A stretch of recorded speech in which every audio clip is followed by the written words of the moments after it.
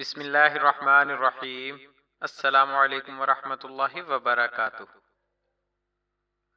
رسول اللہ صلی اللہ علیہ وآلہ وسلم کے سکھائے کلمات، مصیبت کے وقت کی چھوٹی سی آسان ترین دعا۔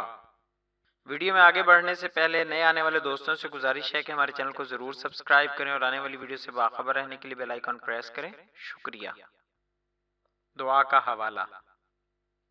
سنن نبی داؤد کی حدیث نمبر 1525 میں حضرت اسماء بنت عمیس رضی اللہ عنہا کہتی ہیں کہ مجھ سے رسول اللہ صلی اللہ علیہ وآلہ وسلم نے فرمایا، کیا میں تمہیں چند ایسے کلمات نہ سکھاؤں جنہیں تم مصیبت کے وقت یا مصیبت میں کہا کرو؟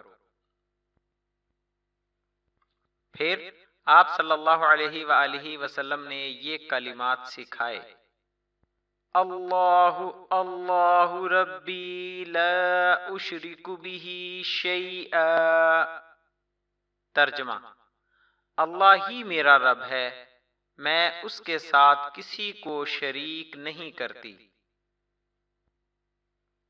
فوائد و مسائل۔ پریشانی کے موقع پر یہ الفاظ کہنے کا مطلب یہ ہے کہ میں اللہ کی رحمت سے امید رکھتا ہوں کہ وہی میری پریشانی دور کرے گا۔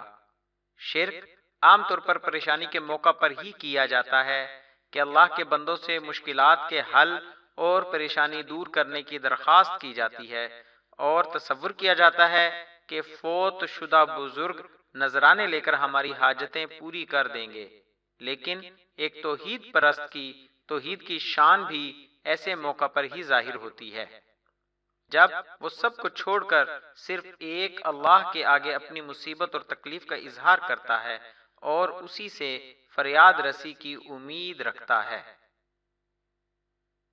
اس دعا میں راز یہ ہے کہ بندہ جس قدر اپنے خالق و مالک سے ربط و تعلق میں مضبوط ہوگا، اسی قدر دنیاوی پریشانیوں سے محفوظ رہے گا۔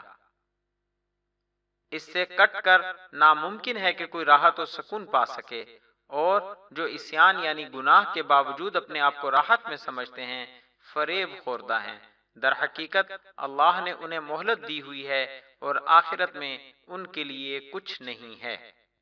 آخر میں آپ دوستوں سے گزارش ہے کہ ہماری حوصلہ افزائی کے لیے ہماری ویڈیوز کو لائک اور شیئر ضرور کریں۔